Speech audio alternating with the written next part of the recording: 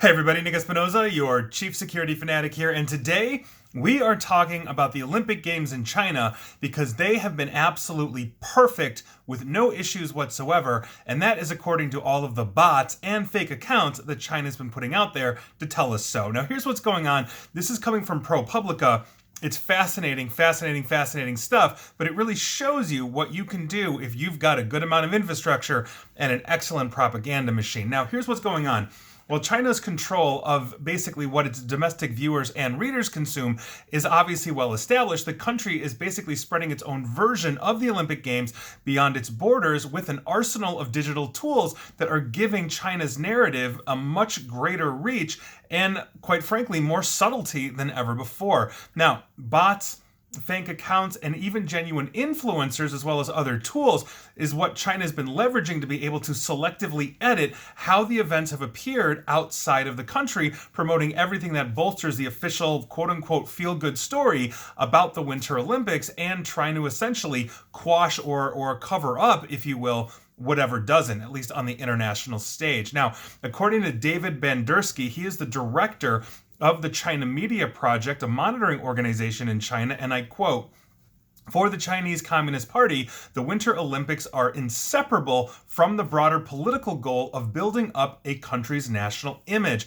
And when he was referring to China's leader, he also said, and I quote, "This is what Xi Jinping has called telling China's story well." Now, on Twitter, which is banned inside of China, Chinese state media outlets and journalists, as well as diplomats, have essentially tried to really polish the image of the Olympics, raving about venues and essentially fawning over the Olympic mascot, which we will talk about here in a moment. Now, China has also sought to influence online discussions in more concealed ways. The New York Times and ProPublica together identified a network of more than 3,000 inauthentic-looking Twitter accounts that appear to be coordinating to promote the Olympics by sharing state media posts with identical comments. Such accounts basically have been recently created with very few followers.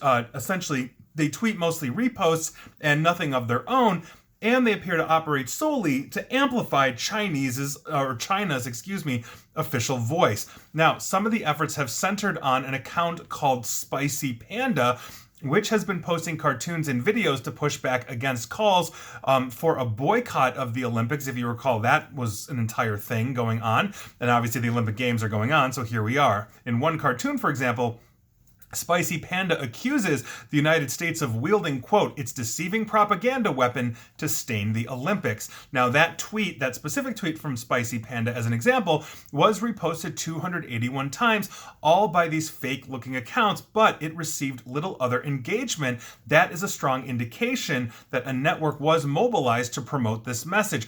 Aside from essentially the bursts of promotion, Spicy Panda posts about the Olympics have received almost no other attention, meaning that is one attempt that appears to be staying within the ecosystem. You and I, as actual humans watching this, and we're not talking to the bots here, are not seeing that. Now, an analysis, though, of Spicy Panda supporters turned up 861 accounts, 90% of which were created after December 1st. The account's first wave of coordinated posts pushed Beijing's stance on Hong Kong's legislative council elections, basically saying they were legitimate, though critics obviously have called that vote, for lack of a better term, a sham. Now, the Olympics, though, essentially is where the attention to the botnet was turned, and essentially by Thursday yesterday, all but one of these accounts had been suspended shortly after the New York Times and ProPublica talked to Twitter about them. Twitter identified this and shut it down. That also indicates to us, like many social media, Facebook included, Twitter is retroactive in finding these things,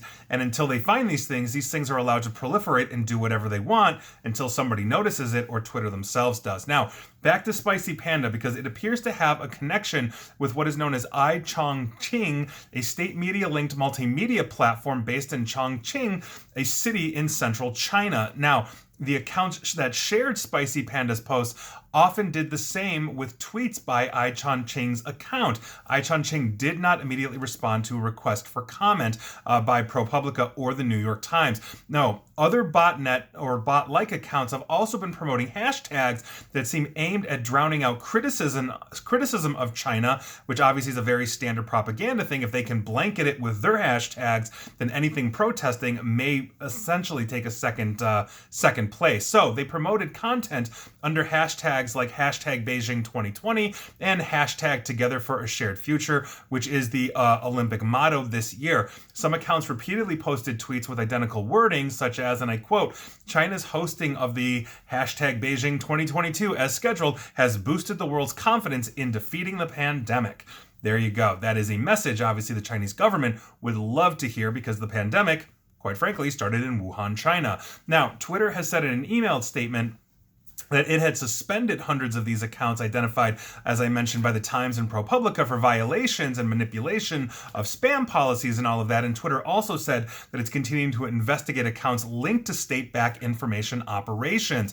Now, even the game's official mascot that I mentioned earlier, Bing Duen Duen, which obviously, if you haven't seen him, he's a cute little panda, looks like he's in a suit of ice, that kind of thing. He's been the subject of an organized campaign on Twitter, according to Albert Zhang, who is a researcher at the Australian Strategic Policy Institute's International Cyber Policy Center. Thousands of new or previously inactive accounts have helped essentially that little panda go viral. And according to basically the research, China's state media presented as evidence of the mascot's popularity, and by extension that of the games, meaning they were trying to force this cute little panda, and it is a cute little panda, to essentially go viral and all of that. And if that can go viral, then China, basically the government says, see, we are popular, these games are worthy, and nothing is going on that is wrong, I should say. Now, they're also censoring the games for China's population internally as well. So if you are a citizen of China, one, you're probably not watching this because it's on YouTube and SoundCloud, neither one of which you probably get in China. So here we are. But here's what's going on, as reported by journalists that are in China, witnessing them themselves. Now, when the United States, for example, the men's hockey team from the United States played essentially the Chinese team, essentially the game was not shown on the main state television sports channel known as CCTV5, and the 8-0 defeat was mentioned only glancingly in news reports. Basically, the United States men's hockey team full of NHL players essentially blew the doors off the Chinese team, and so China media is basically not showing the game, not saying really anything about it. A state media slideshow, for example, also devoted to the men's figure skating competition, very obviously omitted the gold medalist, who actually is Chinese in heritage, but he's from the United States, and that would be Nathan Chen.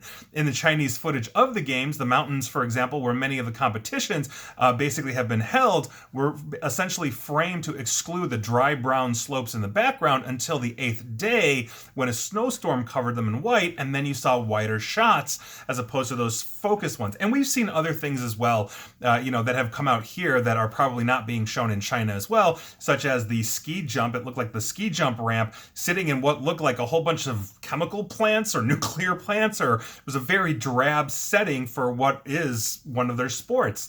And so this is something that we are going to continue to see. We've got a country that has continuously, especially when it comes to things like the Uyghurs, have really tried to clamp that off, have really tried to slow those things down, trying to frame themselves in good light. This is in part due to their Belt and Road Initiative, as they are attempting to get other states basically to become trading partners, aka vassal states of China, which is essentially what the Belt and Road Initiative is.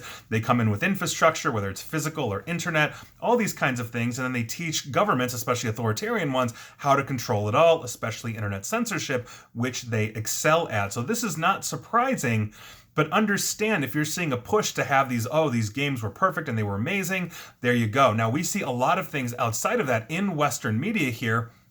I really don't follow the Olympics. I, quite frankly, haven't been watching them. And it's not because they're in China or something like that. It's just really doesn't pique my interest. Although I do hear about the news, such as the 15-year-old Russian skater that essentially was caught doping, or maybe she wasn't doping, but she can still actually skate because she was so good. And why is that a double standard? Like, all these kinds of news things are coming out. Not to mention the ski jump thing, which was drab. I saw that on social media, just happened across my ecosystem. And so it's very hard hard, I think, when you are looking at a free and open internet to have an authoritarian government like China come in and say, yes, everything is shiny, happy, happy, fun time all the time, and look at this cute little panda, but they are trying.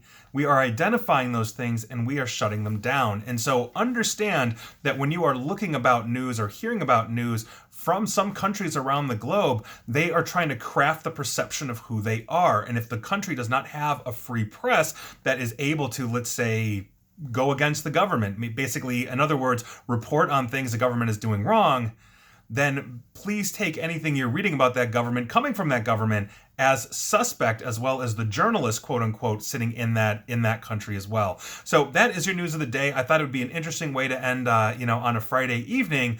But there you go. The Chinese Olympic Games are perfect. Just ask their botnet. And please like, share, or follow me here on Facebook and Twitter at NickAESP. And please feel free to subscribe to me at YouTube as well, where I promise I will give you no propaganda. And as always, stay safe, stay online, and please stay private. Thanks, everyone.